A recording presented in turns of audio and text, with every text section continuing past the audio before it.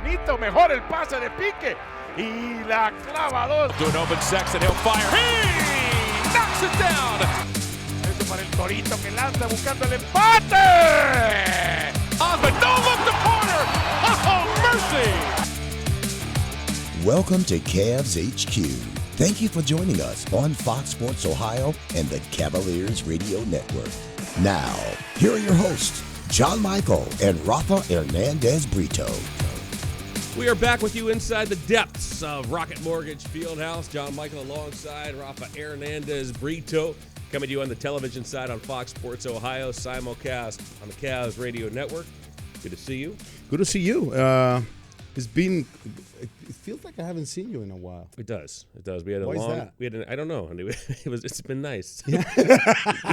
We had an extended road trip. Cavaliers came home for a 4-game homestand. It's been a rough couple of days in the NBA family. This is our first show since Koby Bryant, his daughter Gianna, and 7 others passed away in the helicopter crash in California. Obviously, it hasn't been easy for a lot of us. The tributes, however, around the NBA have been so moving and so special, and it's nice to see how this family has banded together. You know, I don't think it'll ever get easy to think about this tragedy and how it happened. And it's one of those moments where were you when you found out about it. But at the end of the day, it's I don't know if I feel great to see how everybody reacted in terms of bringing everybody together. This tragedy obviously impacts people in different ways, people that knew him, people that worked with him, people that actually covered him, like you and I. I never had the pleasure or the honor to meet Koby Bryant, but I actually obviously covered him a lot in his years with the Lakers. But to me, it is such rude awakening that day, and then once the day goes through, about how difficult it is for life could turn upside down in a blink of an eye. And then, you know, you think of his families, you think of all the families, some of them that had to bury mother, dad, and a daughter. So I always take solace in thinking, going back to my grandmother, who used to tell me, don't you ever put a question mark where God put a period. So you just pray for the families of the lost ones, and you pray obviously for the peaceful rest of everybody that passed away in the tragedy. But again, there's really no words to put it other than just admire the way that everybody has come together with this. And his memory certainly will live on and on and on, not just in the NBA, but around the world. Great show coming up. Daniel Boobie Gibson, this is the 50th season of Cavalier basketball. He will be joining us in the first half. He is our featured guest, and that is straight ahead right here on CavsHQ.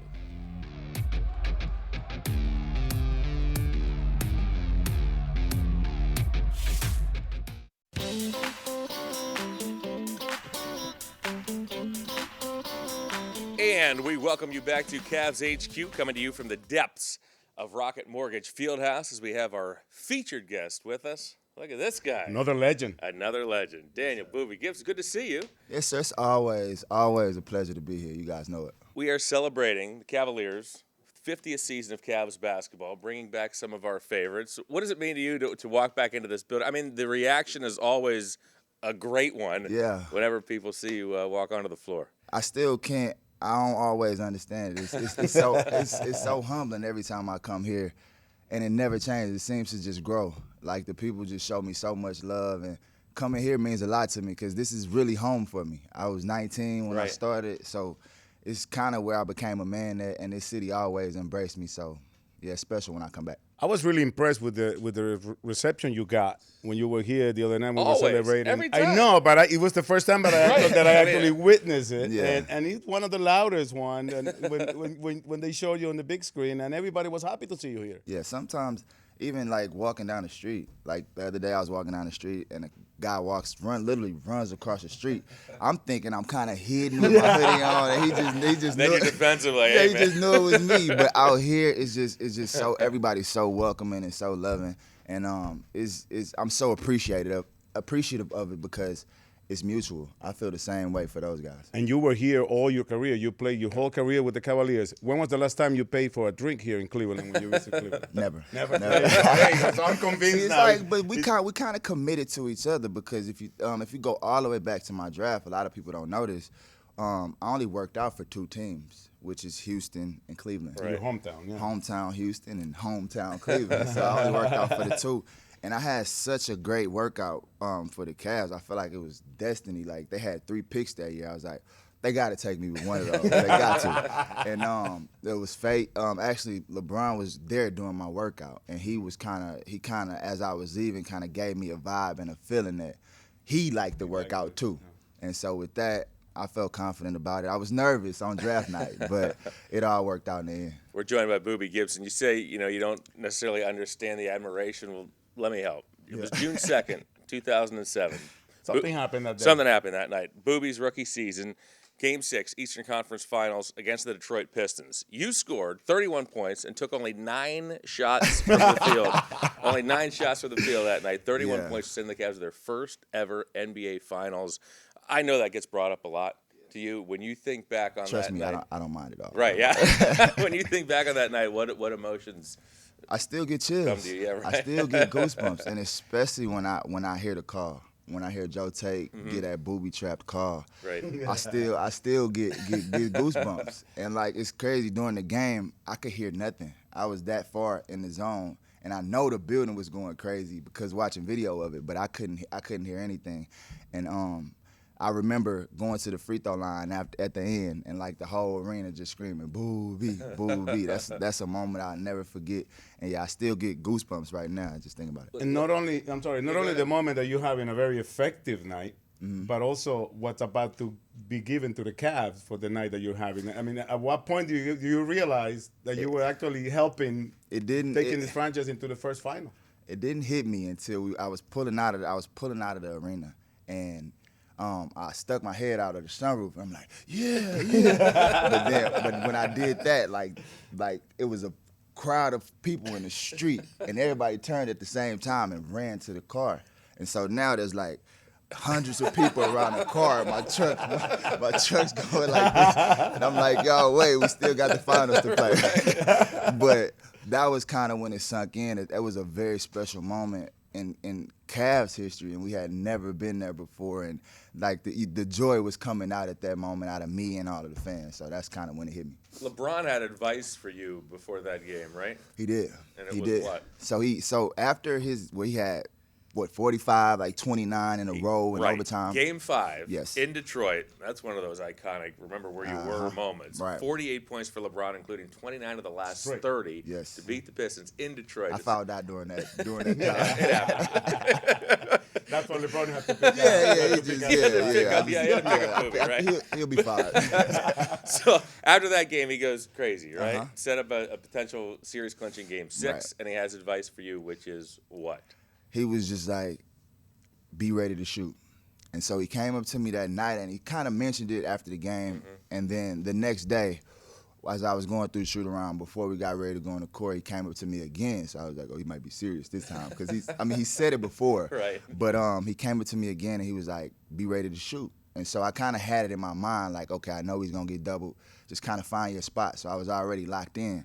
And I think once I got like an and one, I think I might hit a floater or something.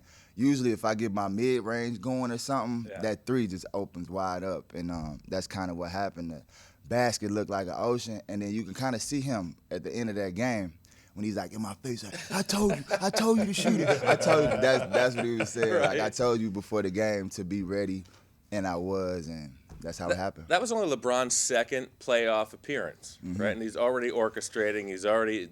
As you guys were a young bunch of guys. He was like 23 or something when I got here. I mean, did that make it any more special that, hey, us young guys in the league, we're taking this team, this franchise to its first ever NBA final? That's still my brother. And like when I think about that time, a lot of people, I heard like the outside noise. They was like, Bron had no help, right? But the beauty of us was in-house, we felt like defensively, teams really couldn't score on us. We felt like offensively, yeah, we had some challenges because we didn't have a lot other superstars that could kind of get their shot. But defensively, we felt like we beat in every game. And that just came to your point, like the camaraderie and the brotherhood that we had that whole season, and it turned into a finals appearance. You only gave up 82 points in that game 6. See what I mean? Yes, only sir. 82 points. Now, you're a rookie. You go into the finals. I assume you probably think this is going to happen every year. Right. Absolutely. Like, okay, this what I'm gonna look for. I love the NBA. Right. You were part of the But the challenge is the challenges for me. I think that's kind of when I connected with the city, because that year for me wasn't that easy. Right. It was tough for me to break the lineup because we had so many veterans. So I would get some minutes here, then not play. Then get some minutes here and not play. But I always had to be ready. So for if an opportunity like that came. And so I think that's when the fans kind of started. I had no quit, kind of like they have every day when they go to work and they do what they have to do to survive. And so that's kind of where I think we linked. And then it kind of culminated at the top when we made it to the finals. So you're part of the beginning of the finals. Then obviously, we know what happened, and then you go through a very rough part of the Cavaliers' history. The 26-game losing streak. Yeah, so you were part also. I was there for that. You were there for that too. I know that. And my question to you is, where were you on June 19th of 2016? Obviously, your injuries prevented you from being part of that, but Absolutely. I'm pretty sure I don't know if it was bittersweet because you wanted to be there, but at the same time, it was part of your work being finished It wasn't on bittersweet 2016. at all. The fact that we had lost all those games in a row, and when we were losing all those games in a row, the fans were still there every day, still screaming Boobie, still showing love. So it never wavered during that time. And so on that day when the Cavs finally won the championship, I was sitting on my couch, and I didn't know I was going to cry. I didn't know it was going to come out of me. You weren't the only one. I didn't know. But as I was watching it and it was happening, just the emotions just came over me, and I just knew at that moment, like, all of the work that I remember putting in, seeing, like, and I knew that those fans was going to get that parade and be able to just, for that day, be on top of the sports world. And they deserve it so much, man. And that emotions overcame me, and that was a special day for me too, even though I wasn't on the team. When you felt your truck rocking, that's a lot what it was like. Yeah, see? Just so you know, every car was rocking. Exactly, like that. exactly. Hey, Boobie, It was fascinating special. stuff. Stick around, more Cavs HQ right after this. Yes, sir. Boobie is a guy with a lot of poise and a lot of heart. And he's a scorer and a shooter. If you leave him alone, you better watch out, because it's Boobie for 3. Shoot it, Boobie, shoot it. And we welcome you back to Cavs HQ as we continue with our featured guest, Daniel Boobie Gibson, who is a busy man. Yes, sir. Coming up over the next couple of weeks, not only here in Cleveland, but also during the All-Star festivities. Where do you want to start? Let's start All-Star. Yeah, it's exciting. You're performing yes. during the All-Star festivities. So a lot of people, there was a lot of questions when I first stopped playing. A lot of people thought, like, oh, he's quitting basketball to go do music, which is nonsense, right? So after my last, maybe even the year before my last year, when I broke my foot and I tried to continue to play, I kind of realized that as far as physically, I didn't feel like I would get back to the level that I wanted to as far as the competition. So I started to have to think about other things. And one thing I was always great at is writing, but I just didn't know what that would apply to. And so when I stopped playing, I went through a period of depression, trying to understand what was next for me. And in that depression, the writing kind of took over. And I met up with a friend of mine, and he took me to the studio. And I started writing to the music, and he was like, "Have you ever done this before?" And I was like, "Yeah, but playing." Right. But as we started to do it, I started to get that feeling like maybe the first time I heard the nets on a three-pointer, like I got addicted to that sound. Like, I'm like, I want to hear that. So that's kind of where my love for shooting threes came in. And then with music, when I realized what I could do in that studio and create a song, and then people outside of it hear it and it affect them in similar ways, I got addicted to that too. And so fast forward that to now, I started working with Atlantic, and I started working with a few other record labels, like writing music for artists behind the scenes and getting some publishing for it. You know, I throw it out there. But that's what we're here to do. That's what we're here for. Yeah. And then, but after that, it's exciting because this All-Star, Andre Drummond, Iman Shumpert, the baby, Lil Baby. They actually we're actually all gonna perform at All Star February 15th at Credit Union. I mean, the big arena out there, so it's gonna be like a real thing. And so that'll be my first like arena show. So I'm super excited. And are you also Boobie Gibson on stage? Or Yeah, I can't change it. You can't change it. Yeah. It's just it's Boobie Gibson. The name it sticks. Thank you to Fred McLeod. I always want to say that and make sure the world knows that the world wouldn't know my name without him. Rest in peace. But yeah, that's my artist name, and it's it. I don't think very many people know my name is Daniel anymore. But that's good though. Yeah. That's good. It's your on stage name. But the question is, are you more at ease going into the stage and performing, or going into the court for a playoff game? Let's say. I think with me, I think it's both, because I prepare at a level that makes me confident in both arenas. Mm-hmm. So when it comes to me performing on stage or performing on the basketball court, I think it all goes back to how much time you put in before. And so with me, I'm usually in the studio. If I know I have an event like that, I'll be in the studio or practicing as much as I can. So by the time it's time for the show, you don't even have to think. Right. You just get out there and do your thing. We're celebrating the Cavs' 50th season, joined by Daniel Boobie Gibson. Okay, here, coming up in just a couple of days, Cavs Academy Shooting Clinic coming up on February 17th. So excited. Good stuff, Ever since I stopped playing here, it's been a goal of mine to find ways to give back, find ways to be connected to these fans, find ways to show them I love them just as much as they show me they love me. And so as soon as they offered me an opportunity to do a shooting clinic, I jumped on it. Like, let's do it, because I've been wanting to do those, like, every year. So I'm so excited. February 17th will be the first one, and I'm looking forward to many more. So the kids come out, we can shoot with Boobie, and we can have some fun. Now, I want to ask you something. You were one of, I'm pretty sure there are people before you doing the goosey. Yeah, you are the one that kind of like labeled it. Yeah, is that part of the clinic, like the evolution? Yeah, we gonna really show you. We're gonna have you bobblehead. One of the March 4th. Yeah, March 4th is the Boobie Gibson bobblehead. We started this whole goosey thing. But it has evolutionized from the plate that you put it on. I used to put it on the platter. Then you started here, and then you said the fork. fork. Now it's like a fork. Yeah. But we started that. We was the group that kind of got the tray ball. You and other. I mean, Jamario Moon, right, that's what I'm asking. was one of the guys that did it. Myself and Brun, we all kind of came up, and none of those guys really shot the ball that much. So I was really the main one. Crediting yourself with the origination. Yeah. Of the good. How is the evolution of that, as Rafa was saying, as taken? We're sitting from here to the fork. Yeah, we went from the platter to the fork. I'm just glad to be a part of that. The 3-point evolution. As the way that the league is going with everybody shooting threes now, it's a beautiful thing. Let's talk about that. You shot threes during your 7-year career at 41%, which, I mean, during that era of playing was phenomenal. I mean, it was off the charts. This season, we were just talking about that last week when we were on the air together and you joined Austin and I. Right now, in the NBA, over 30 players are shooting threes at 40% or better. If I would have told you that back when you were playing, what would you have said? Remember what I told you? I would definitely be higher on the all-time list. I'd be up, me and Brian would be fighting for that number one spot for sure. But yeah, I love the direction that it's going for the league. It opens up the floor, and it's a lot more scoring. It's a lot more fun to watch. So, I was ahead of my time, but I have no regrets. No. So you don't agree with the saying that the NBA of today has made the 3-point boring? No.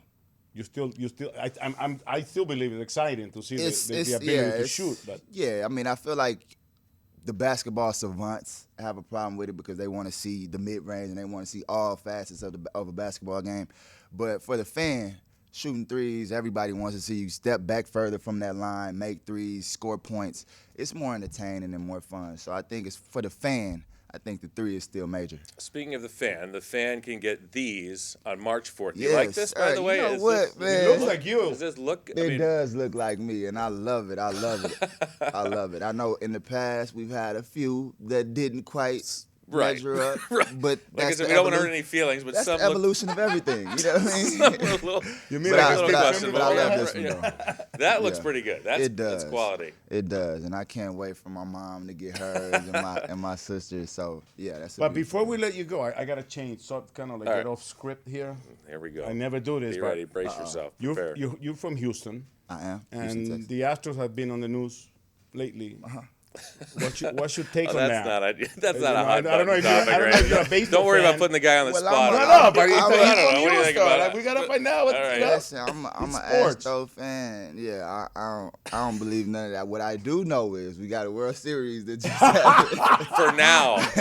For now. And we got one. I got You got one a for banner them. to send them so they can put it on top of that. Hey, you know what? There's a few other teams and a few other sports that I know kind of I wouldn't mind vacating those either. I'd be a fan of that as well. that are questioned. So you know what? As long as we got our titles, that's what I'm gonna focus on. Yeah, it was nice talking to you about this when you mentioned that what made that most special for you is that fans voted on that. And Yes, wanted that's to see what you. that's what makes me feel special about having a bobblehead, knowing that the only reason why it happened was because of the fans vote me in.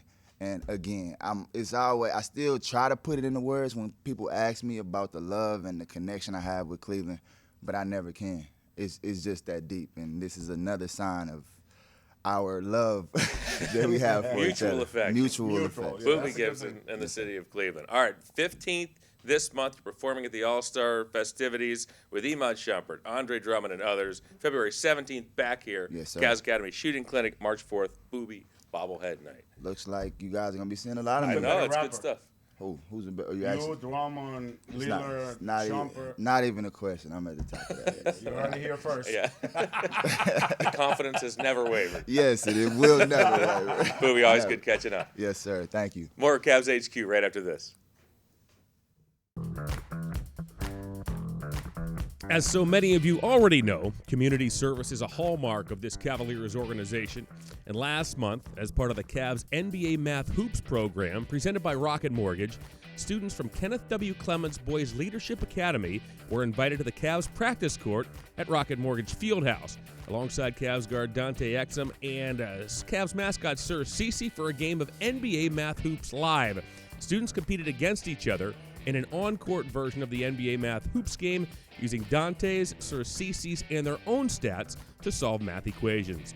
Following the game, the students spoke with Dante about how math applies to life, both on and off the basketball court. Well done, Dante Exum. Cavs in the Community is brought to you by Discount Drug Mart. We'll be back with one of our favorites, Joe Gabriel of Cavs.com.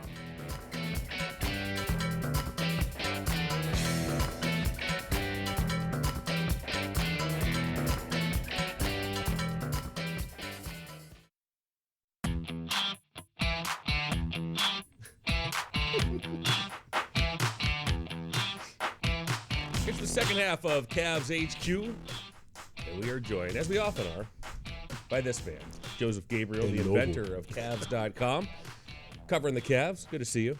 Great to see you guys. I missed you. That's what we said earlier. It seems, Yeah, it seems like it's been a while. It's been since Christmas. Yeah, Is it? Yeah, since I broke out that sweet sweater. you did have a nice sweater. Thanks. That was nice. We thought you were working on like saving to buy another one. Well, I may bring out another one before the year's over. Okay. But yeah. Saving up. It takes a couple of shows. Yeah, well, Not getting yeah. paid a ton on this show. Yeah, that's true. Joseph, always good to see you. For those who've seen the show before, you know what's coming now. Joseph brings something new to the table each and every episode. Mm-hmm. What do we got? Let's go back into the nice Wayback Machine. What do you think? I like it. You expect? Yeah, look at that. Big time budget. That's nice. Boom! Look at that. You look like the Back to the Future doctor with no hair. Where's Einstein? Where are we going? There's where yeah. we're going. God, that was a cold one. All right, talk to us, Joseph. Well, I mean, that was the year Koby Bryant, 18 years old, rookie, won the slam dunk contest, which was really kind of cool. He beat, he didn't beat Bob Sura. Bob Sura didn't finish that well, but that was Koby winning his first slam dunk contest as just a kid. Right here in Cleveland. Right here in Cleveland. That was also when they had the 50 greatest players of all time. So to have the 50 greatest players in NBA history under one roof was really, really cool. I mean, it was a really cool experience. Other than it being really freezing that weekend, I can kind of remember that. It just was. And how cool it is that next year we're going to have another special All-Star game here in Cleveland. Because it's It'll the be the 75th. 75th, yeah. So the dunkers on that list, this star-studded list, you ready? Yes. Who are up against Kobe Bryant. You mentioned Bobby Sura. Darvin Ham, Chris Carr, Michael Finley, and Ray Allen. Yuck. Ray Allen. Allen was Right, dunking yeah. back in the day. Yeah, that's back. I mean, And he was a rookie as well, right? yeah, was he? He was in the same I'm not draft, I sure, think. but I mean, again, you look back, and that's back when he was still dunking. How does Kobe not win that competition? Right? Yeah, How did Michael that'd Finney be like didn't win Kobe that? versus us three. I'm just saying he had a pretty good chance. Just throwing it out there. Yeah. So what else? But again, dunks were, you look at Kobe's dunks, and really, Kobe's dunks in games were over the course of his career were 10 times better than that. Those were, He's that's 18 right years old. when he was first starting out. But yeah, so I just figured let's talk a little All-Star because we have a few topics. We have the All-Star game coming up this weekend. Yep. I understand you have some memories from All-Star weekend. Well, depends what kind of. I'm glad you didn't put an adjective to memories. I used to be hired as a personality to go the week of the All-Star break. Yes. And I had nothing to do with the NBA yet. I had to do different games. So I was hired to do the 1997 game in Las Vegas. Let me back up for a second. Hired as a personality for whom to do For what? clients, sponsors of my old company, Univision, and Right. I would be the spokesperson. Just I would be Rafa. I would represent brands. Is there an equivalent? That, I still do. That we can. Is there an equivalent nowadays? I mean, somebody just sends somebody to. I'm pretty sure, yes. All right. Except that it has changed in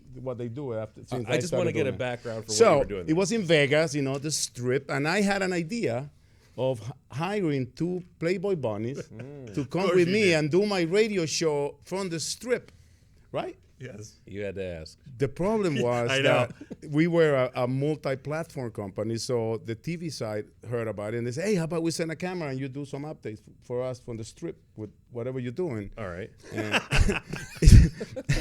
it got out of hand like after a day and a half, and it went back to just radio. Yeah. On the television side, there's a reason this got out of hand. Well, but the thing is, I stood right You there. watching. I did the show in front of the Bellagio fountain, and I set up my table, and it was a brand. It was like the Locura Deportiva live from the whatever XX Studios, mobile studios at Bellagio. But then the crowd got a little rowdy with my co-host. That crowd was really, that year in Las Vegas Yeah, for it was All-Star rough. Weekend was really rowdy. That was a wild It's one. a different experience, the All-Star break, the All-Star game to a regular NBA game, I think. How so? Explain for our listeners and viewers. I don't think people party as much when they go to a regular NBA game as they do for a whole week in Las people Vegas. people cut loose for All-Star. Yeah. Really, they do. And I did, and you did, But I just have to give a little, behind the scenes in that yesterday or a couple days ago when I talked to Leo, our producer, about, hey, can we see if John or Rafa have any photos of themselves from All-Star Weekend? I thought to myself, if Rafa has a photo of himself, he's flanked by 2 buxom women. And there you go. And there, Anyway, indeed, anyways. again, for those of you listening on wanna the radio side, you Rafa. want to hear an even indeed better was, yeah. story? Yes, please. My fiance took the pictures. She was my manager. She was Man. my producer at the time, and she wasn't approving much of it. But she was the one that had to see all this craziness. You're the king of the castle, man. Good for you. going around in the Strip. Joseph, before you came here with the Cavs, you worked with the NBA. So He you, invented you, it. I've you're been to .com. probably about 10 or 11 All-Star Right. games. I can also say this: I have an equal parts love and hate for the All-Star games. I mean, if you've been to, I'd say 3 or more, you probably don't want to go to any. But you know what it is? We always have to work it. That's- we and don't that's get to it. It's exactly the same thing covering to me it. with That's the the Super thing. Bowl. That's the thing. With the Super Bowl, or the All-Star game, I used to bring people over, and everybody's partying, and I gotta go to all these different events That's and cover exactly them. it. So That's it's exactly not it. really fun. It's fun when you get to 3 or 4. It's not Right. really After fun. that, it stops being fun. And a big thing is, again, you go a whole half of a season, you're busting it, as you guys know. It's very difficult. Then you finally get a break. This is the All-Star break. There's no break for you. And it used to be where you'd play on Thursday night, Friday morning you're in the All-Star city. right. The All-Star the season the second half would start that Tuesday. So now they've given the guys a nice long break. They've moved the trade deadline before the All-Star game, which is nice. So yeah, it's a lot different now. And again, when we had LeBron, they would just wear him down. Right. He would get to All-Star You're more weekend. tired when you come back. It's That's- almost like a vacation. and Almost now like a they have That's more the point. events. When you get back from Yeah. All-Star, you're tired. And now they have their own events plus the league events. Yeah. And the Sponsor Vegas events. one was It's- fun, it's- but the 2011 game in LA, I had a picture. I don't know if they're going to be able to show it, but I'll describe it to you. The coach was Doc Rivers. Is it you and two women? The coach was Doc Rivers. Okay. And then he's surrounded by Paul Pierce, Rondo, Ray Allen, and Kevin Garnett. Okay. I'm sure you will appreciate that picture. No, I all don't. all his own players with the Celtics. Yeah. That season. So it's changed, and I think they've accommodated the players a lot. But now they have a lot better fashion now. show. They Yeah, have- yeah, but it is. But again, it's a break for a lot of people. But for the people at All-Star Weekend, there's no break. But for the local communities, it's an awesome event. Especially Totally. this year. Oh, They're it's gonna great. be Yeah. playing Every quarter. All-Star Weekend, especially for the city. I heard somebody propose this last week that I don't even know if I should say this, that they should take the Pelicans and move them to Seattle and just give New Orleans the All-Star Weekend every year. I don't think New Orleans would I don't approve. think I don't think they'd like that. So, sorry, Griff. Either but part of that. Yeah. I don't think they But approve. I think it's a great event as a whole. it is. It's a fun. It's a really a fun And this weekend. year is going to And take yeah. a little bigger too because they're honoring Kobe with the changing of the rules every quarter. Right. Once every quarter is going to be scored Charity is separately. going to win Right. $100,000. After 3 quarters, however, whatever the score is, 24 more points in the fourth quarter will spell the end of the game. So that's how it's going to be. So say after 3, it's 195. Okay, the final score will be at 124. Whoever first gets to 124 in the fourth quarter is how they're going to score it this season. And the other to team will honor have to score Kobe Bryant. 29 to win. Right, to honor Kobe Bryant's number 24. I'm slightly confused by this. So it's a race to 24. It's a race to At the end of the fourth. at quarter. the end of the third quarter, right? Let's and let's no say- time. And no time. Right, either. untimed. Okay, the more I hear about this, the more I kind of like it. It has a big 3 feel to it. You know how the big 3, you got to kind of go up and you got to hit a number to win the game. And I So think it's- it also makes it interesting. I kind of like it. With the league struggling with how the guys compete, the first 3 quarters are not really, It lobs and it everything. still will be. It still will be. Yeah. But it adds a little more. But that's a fine. charity at the end of each quarter is scored individually. The charity for each particular 100 team, grand. right, will win. A certain amount of money if that team is ahead. Yeah, I think fans are fine as long as it's competitive at some point. They just don't want to see guys jerking around the whole time. I think that's what it is. Yeah. So, but it should be fun. A new format honoring Kobe Bryant. Joe, stick around. We'll have more Cavs HQ right after this.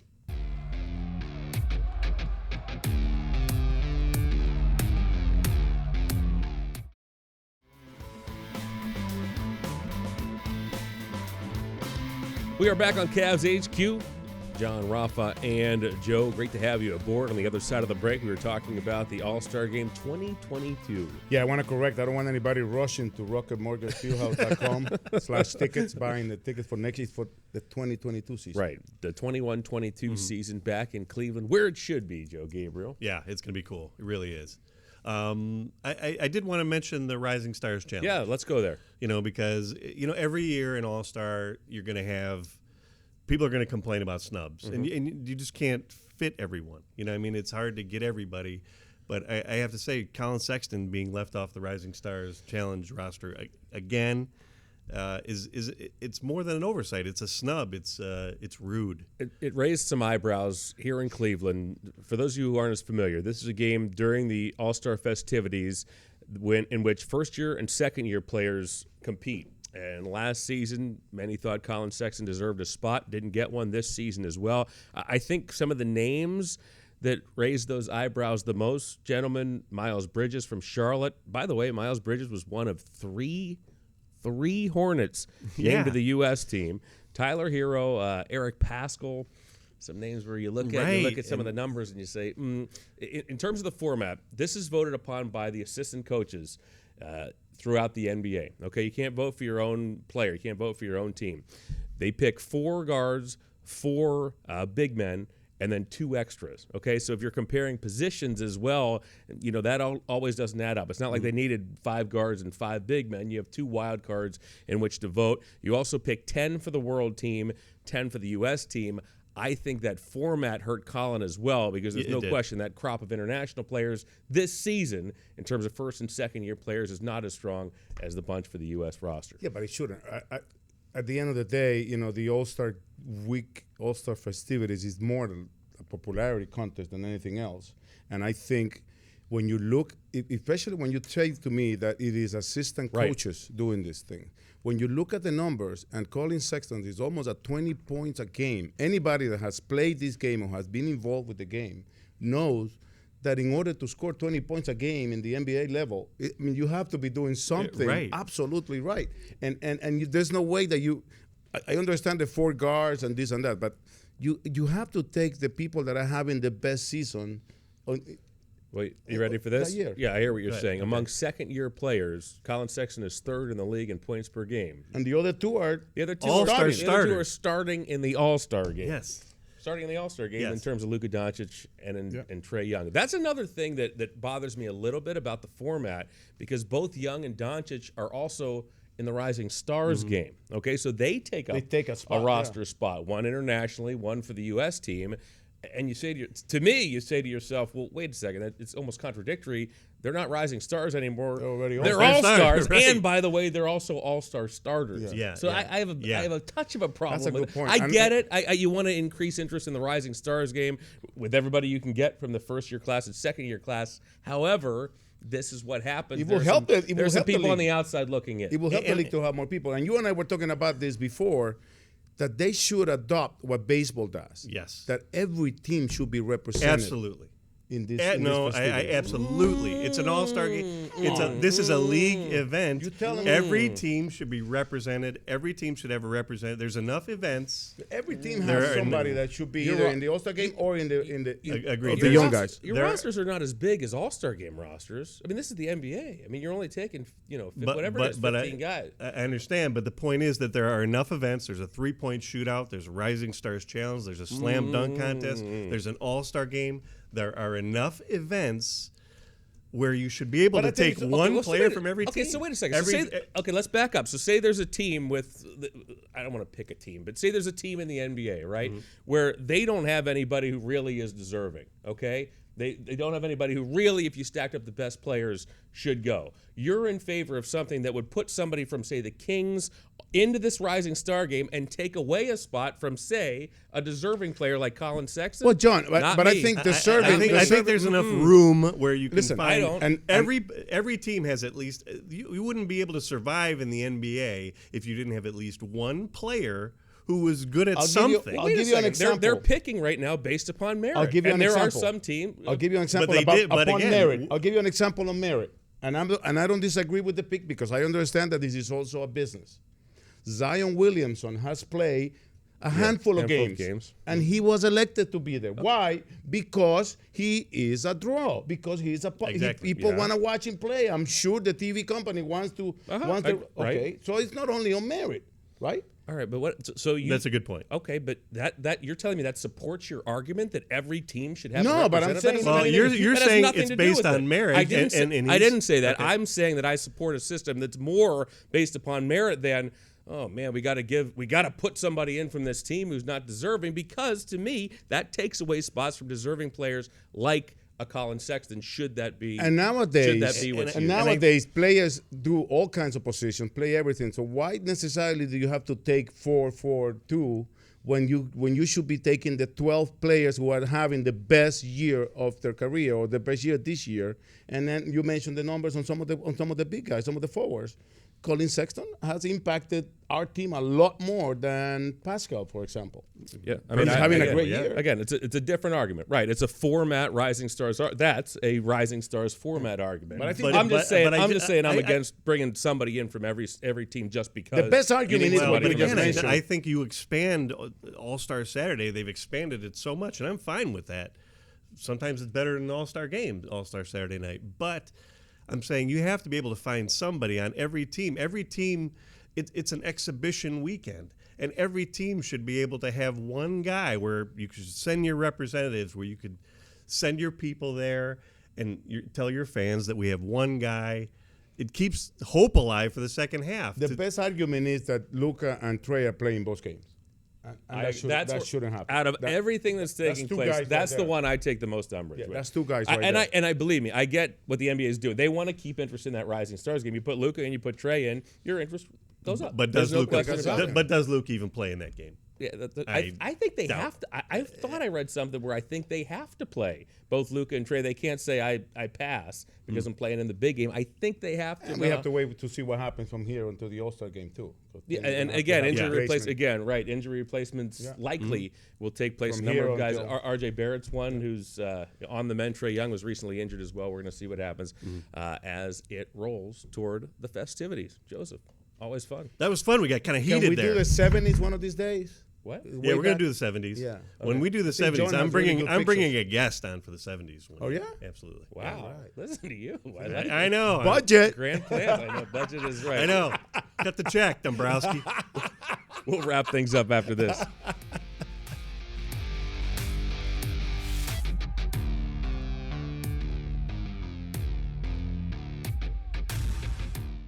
Yo sé bien que es muy rico. Mariachi Subway. Sabor exquisito me hace sentir como un rey. Subway, Subway, Subway, Subway. No tengo que preocuparme, bajo en grasa y saludable. You never thought of me as a mariachi? Es Subway. We had to do a jingle for our sponsor back in the day, and I hired a mariachi to come to my studios. I'm and sing. speechless. I don't know what it was. I didn't know it was coming. And that's all I have to say about that. Yeah, that was nice. Okay. The pre All-Star festivities schedule wraps up for the Cavaliers. Game this week at Oklahoma City for the Cavs welcome the Clippers and the Hawks to town, and then it's a nice extended 8-day break. I have a suggestion for the NBA. All right. Every month should These mirror never go well. the month of February during the whole season. What's that? Every month should mirror February. Oh, it's nice, isn't it? At least our February. Yeah, we'd have to play until Oklahoma August. hasn't played since the 31st of January. Right. They play tonight, and they play every other day until the All-Star. So they're really going to be hitting the All-Star break in a good mood. And there you see it on the television side. The Cavs come back with a back-to-back in D.C. and in Miami to jump-start it again for the end of February, and then a crowded March for the Cavaliers as Cavs looking for some wins here, Rafa, as we head into the All-Star break. The road has been nice. So here we go. OKC. Back home. OKC straight ahead. Thanks for joining us. For Rafa, I'm John. Until next time, this has been Cavs HQ.